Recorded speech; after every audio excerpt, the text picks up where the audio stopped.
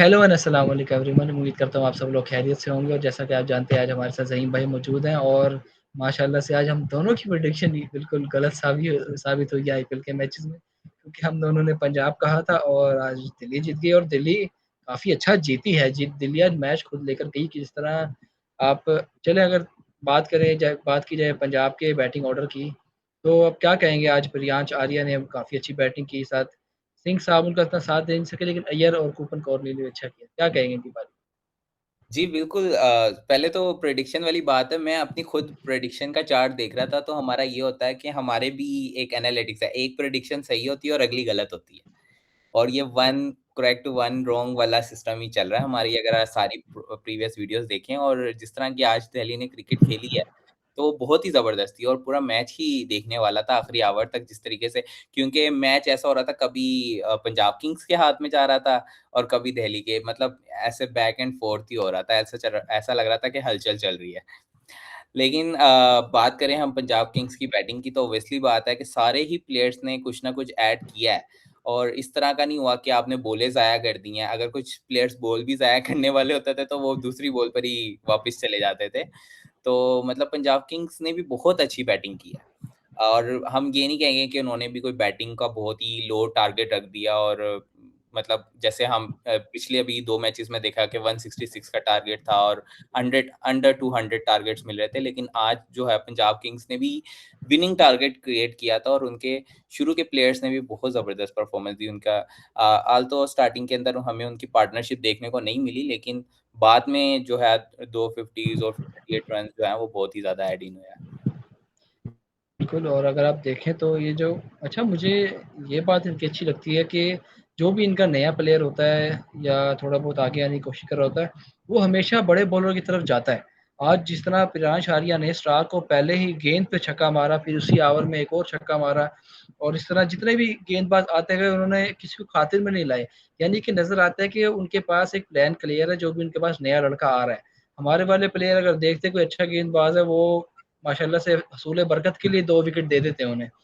और तो आज लेकिन मुझे लगता है कि जो जहीर अय्यर आए थे, अगर ये कूपर कॉनली को भेजते तो ये आज बेहतर रहता, क्योंकि अय्यर आज थोड़ा बहुत शुरू में स्लो नज़र आता है, 15 बॉलों पे 20, 14 पे 18, तो इस तरह अगर कूपर कॉनली भेजते तो वो शुरू पहली बॉल से चार्ज करते और जो कोहली ने छक्का मारा स्टार को जो ग्राउंड से बाहर, तो तबाही छक्का था वो तो। बाकी बीच में शशांक सिंह जो पिछले सीज़न में बहुत अच्छा करते नज़र आ रहे थे, वो आज इस सीज़न में इस तरह नज़र नहीं है, लेकिन ये बहुत प्लेयर बहुत कमाल के, उनकी किस्मत भी थी कि इनका नाम का थोड़ा इश्यू चला था तो ये आ गए थे।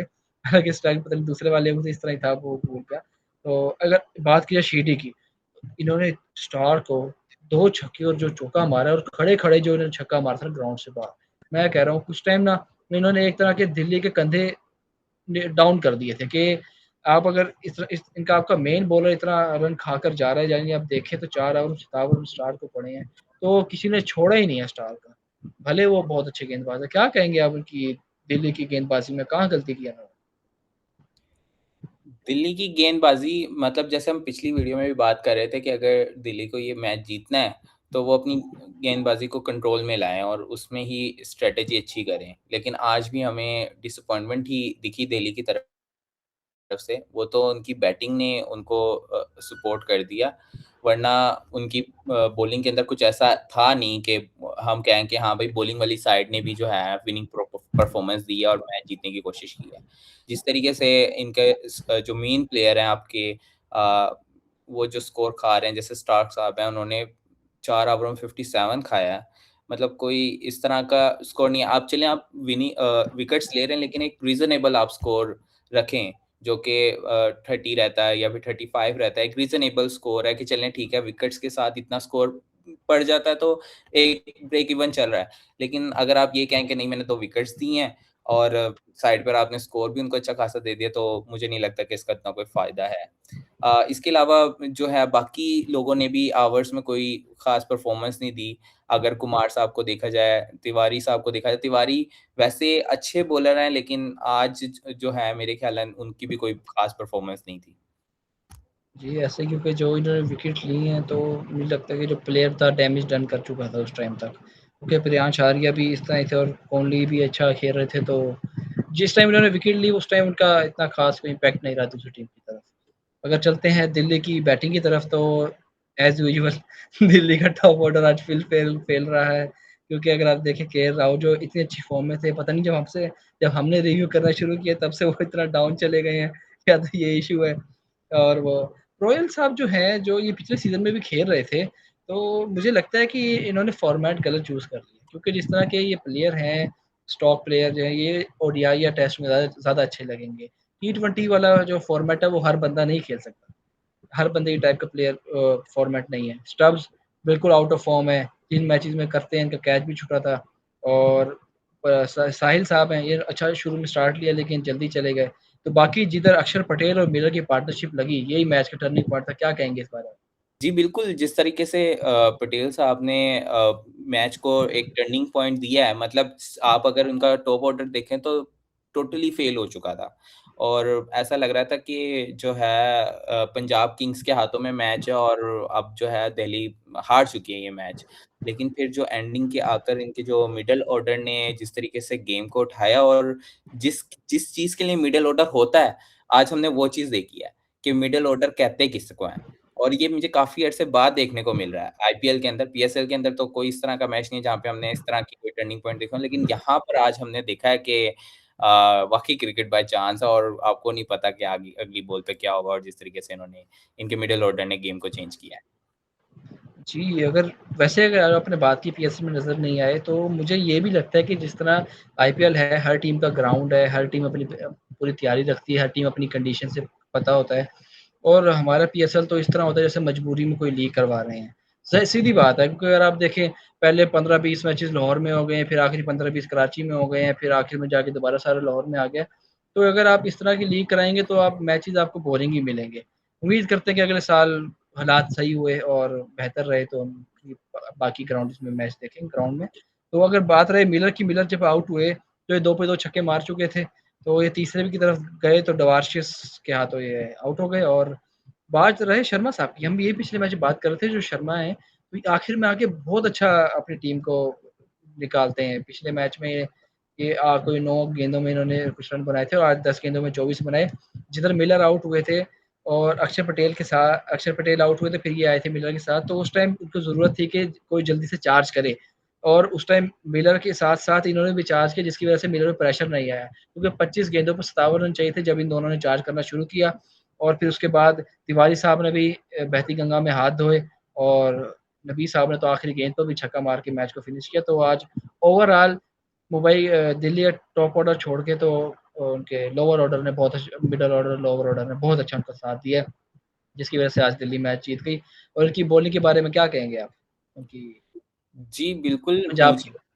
जी, बिल्कुल, आपने बिल्कुल सही बात की इनकी बैटिंग के लिहाज़ से और जो दिल्ली की बैटिंग है वो भी आखिर तक अच्छी रही है। उनको बाउंड्रीज़ की ज़रूरत थी तो जो एंडिंग प्लेयर्स थे उन्होंने भी विकेट देने के बजाय उन्होंने भी छक्का-चौका यही चीज़ रखी है। उन्होंने कहा हम बॉल रोकें, हम सिंगल लें और ये लें। उनको पता है कि हमें एक टारगेट अचीव करना है और हम कुछ तभी कर सकते हैं जब हम बाउंड्रीज़ लगाएँगे और उन्होंने बहुत देख के आउटस्टैंडिंग परफ़ॉर्मेंस दी।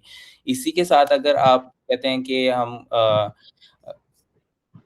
पंजाब किंग्स की बॉलिंग की बात करें, तो पंजाब किंग्स की बॉलिंग जो थी, वो भी आप कह लें कि स्टार्टिंग में जिस तरह से विकेट्स आ रही थीं, तो लग रहा था इन शेप है but after that I don't know कि क्या हुआ उनको मतलब जब अ पटेल साहब ने चार्ज करना स्टार्ट किया तो मुझे ऐसा लगता है कि इनके जो बॉलर्स थे वो ज़्यादा ही ईज़ी हो गए थे कि जैसे हमने इनका टॉप ऑर्डर बिल्कुल ख़त्म कर दिया तो अब ये हम पर चार्ज नहीं कर सकते और अब हम ईज़िली इनको ले जाएँगे। लेकिन मेरे ख़्यालन उनकी यही गलती थी जहाँ पर वो हारे कि उन्होंने उनको अंडर एस्टिमेट किया और फिर उसके बाद उसकी उन्होंने रिज़ल्ट्स भी देखे, जिस तरह से उन्होंने मैच दिया। बाकी ये है कि बॉलिंग दोनों साइड से नहीं हम कह सकते बहुत अच्छी थी। लेकिन बैटिंग दोनों ही साइड की बहुत अच्छी थी। मतलब पंजाब किंग्स ने भी विनिंग टोटल खड़ा किया था और दिल्ली के लिए मुश्किल था उसको अचीव करना। बस ये पंजाब किंग्स के बॉलर्स ने जो है ना, काम खराब कर दिया उनके लिए। जी, बहुत अच्छा एनालिसिस किया आपने। अगर बात की जाए अगले मैच की, तो अगला मैच है सनराइज़ हैदराबाद और गुजरात टाइटंस के दरमियान। अगर उनकी पोज़ीशन की बात की जाए टेबल पर, तो सनराइज़ हैदराबाद दूसरे नंबर पे है और जो गुजरात है वो तीसरे नंबर पे है। दोनों के पास 14-14 पॉइंट हैं और सनराइज़ +07 में चल रही है और गुजरात +02 में चल रही है। तो यानी आप देखें कि कल जो भी जीतेगा वो मेरा ख्याल है कि दूसरी पोजीशन में चले जाए, क्योंकि गुजरात के लिए 1 पॉइंट हासिल करना मुश्किल, तो आप क्या कहें किसके ज़्यादा चांसेस है? मैच है हो रहा है अहमदाबाद में गुजरात के होम ग्राउंड। एग्ज़ैक्टली एक तो गुजरात की फ़ॉर्म लगी हुई है। हमने पहले भी बात की कि गुजरात जो है वो फ़ॉर्म में है और वो हर मैच ही विनिंग करना चाहता है और प्लस गुजरात का होम टाउन है। तो ये भी एक बहुत बड़ा एज है आपको फैन्स की तरफ से भी और ऊपर से आपका होम ग्राउंड है, ऊपर से आपकी फ़ॉर्म लगी हुई है, आपकी क्रिकेट बहुत स्ट्रॉन्ग है, तो ऑब्वियसली बात है कि गुजरात के पास ज़्यादा अच्छा है जो चांसेस हैं जीतने के। बाकी देखा जाए तो गुजरात की बॉलिंग भी काफ़ी अच्छी हमें देखने को मिली है। तो यही है कि सनराइज़ हैदराबाद को काफ़ी बड़ी टक्कर मिलने वाली है। जी, ऐसा ही, क्योंकि पिछले मैच में हम देख रहे थे कि राशिद खान ने 4 आउट किए थे और गिल और साई सुदर्शन ने अच्छा स्कोर किया था। लेकिन मुझे लग रहा है कि हैदराबाद काफ़ी अच्छी टीम है कि वो खेल लेगा। अहमदाबाद में उनको ज़्यादा इश्यू नहीं, क्योंकि अहमदाबाद में दोनों ही तरफ पिच दोनों टीमों के लिए अच्छा रहता है। तो मुझे लगता है कि कल हैदराबाद जीत जाएगा और देखते हैं क्या होता है इस बारी। कल तो हमने दोनों सेम प्रेडिक्शन की थी, आज अलग-अलग है, कोई ना कोई तो जीतेगा। कोई तो कोई ना कोई तो जीतेगा एटलीस्ट हम कोई ना दोबारा कोई तो जीतेगा। में आएँगे। किसी का तो पॉइंट मिलेगा। जी, हम तो यही तो कहते हैं कि जो भी अच्छी क्रिकेट खेले वही जीते, तो इंशाल्लाह देखेंगे कौन अच्छी क्रिकेट खेलता है। आज देखिए ना दिल्ली ने किस तरह से गेम को अपने पास किया मतलब ऑडियंस के पैसे पूरे कर दिए उन्होंने जो आखिर में आके गेम उल्टाई है।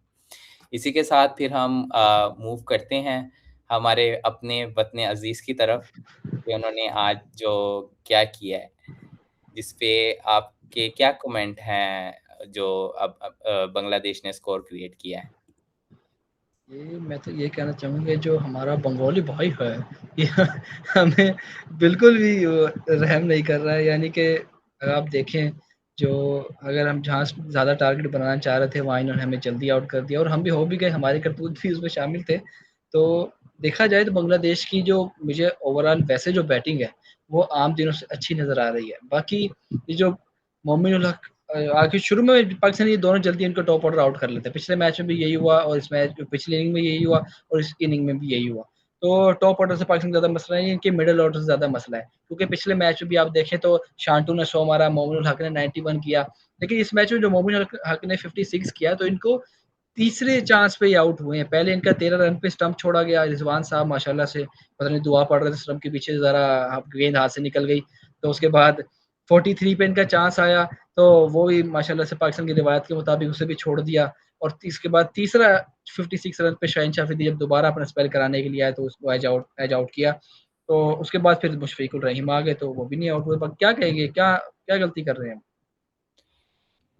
मुझे पहले तो शुरू में जैसे इनकी शुरू की विकेट्स गिरी हैं, तो हमें ये था कि शायद पाकिस्तान ने फ़ॉर्म पकड़ लिया है और अब हमारे बॉलर्स की फ़ॉर्म लग गई है और या तो लक लग गया या फ़ॉर्म लग गया है। लेकिन उसके बाद मोमिन उल हक ने इस चीज़ को गलत साबित किया और जिस तरह से उन्होंने शानदार 56 की इनिंग खेली रन्स की। लेकिन शांटो साहब तो रुके नहीं और ना ही रहीम साहब, उन्होंने भी बहुत अच्छा बॉलों को रोका और प्ले किया और मेरे ख़्यालन वो अब बाकी हमारे फ़ास्ट बॉलर को थका ही रहे थे। कि उनको पता लग रहा था कि जब थक जाएँगे तो फिर ये अब हम इस तरह की बॉलें देंगे कि हम बाउंड्रीज़ ईज़िली निकाल लेंगे और हमने आखिर में आकर देखा भी कि जिस तरह से शांटो साहब ने बाउंड्रियाँ निकाली हुई फ़ास्ट बॉलर्स पे।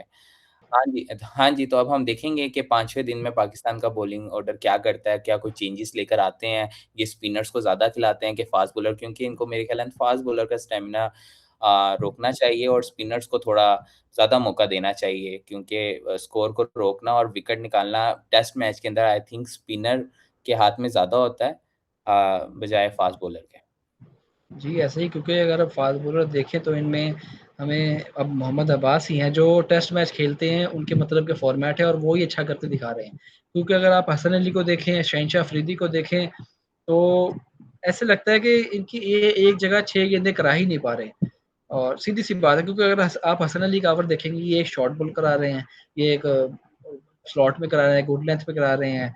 तो यानी कि अगर आप एक प्लेयर को टेस्ट मैच में एक जगह पक्का नहीं करेंगे, तो आप अपनी डिलीवरी चेंज करते हुए उसको मुश्किल में कैसे डालेंगे? तो मुझे लगता है कि अगले मैच में पाकिस्तान या तो शहनशाह अफरीदी की जगह या हसन अली की जगह खुर्रम शहजाद की तरफ जाएगा। क्योंकि खुर्रम शहजाद भी डोमेस्टिक में टेस्ट मैच खेलते हैं, वो अच्छे गेंदबाज हैं।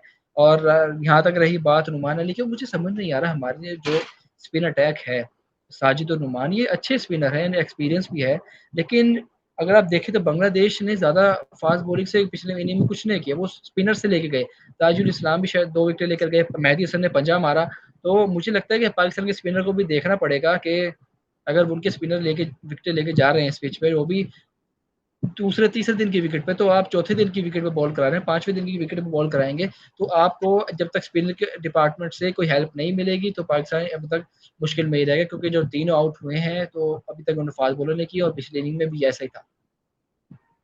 हाँ जी, बिल्कुल यही बात है और पाकिस्तान को इस चीज़ को देखना चाहिए और अपनी उसमें चेंजेस लेकर आनी चाहिए क्योंकि बांग्लादेश को 179 रन्स की ऑलरेडी लीड मिल गई और अभी भी जो है उनके पास विकेट्स पड़ी हुई हैं।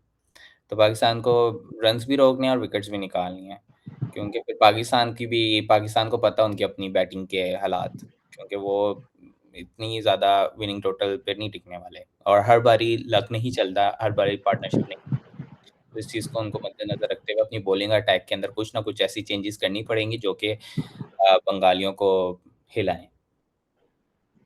ऐसे ही और चाहते भी हम यही कहेंगे कि आप अगर हमारे साथ वीडियो में आना चाहते हैं तो हमारी वीडियो के नीचे कमेंट करें, अपना कोई पॉइंट रेज़ करना चाहते हैं तो हमें हमसे कॉन्टैक्ट करें। तो आप जिस तरह देखा कि अली वक़ार भी वीडियो में आए थे, और मैं एक बात ये कहना चाहूँगा कि जो कोई हमारे फ्रेंड सर्कल में दोस्त हैं, वो इस बात से घबराते हैं कि कैमरे पे आके अपने पॉइंट ऑफ व्यू रखें, तो इसमें कोई ऐसी बात नहीं है। वीडियो या लोग देखते हैं, लोग एप्रिशिएट करते हैं, तो आप अगर आना चाहते हैं तो हमारी वीडियोज़ में आएँ और इंशाल्लाह बेस्ट ऑफ लक। और अगर आप आखिर में कुछ कहना चाहते हैं तो बता दें, वरना हमारी तरफ से अल्लाह हाफ़िज़। जी, अगर आप लोगों को अगर हमारी कोई बात बुरी लगती है या फिर कोई हमने बात आउट ऑफ कॉन्टेक्स्ट किया तो उसके लिए बहुत ज़्यादा माज़रत और इसी के साथ मेरी तरफ से भी अल्लाह हाफ़िज़।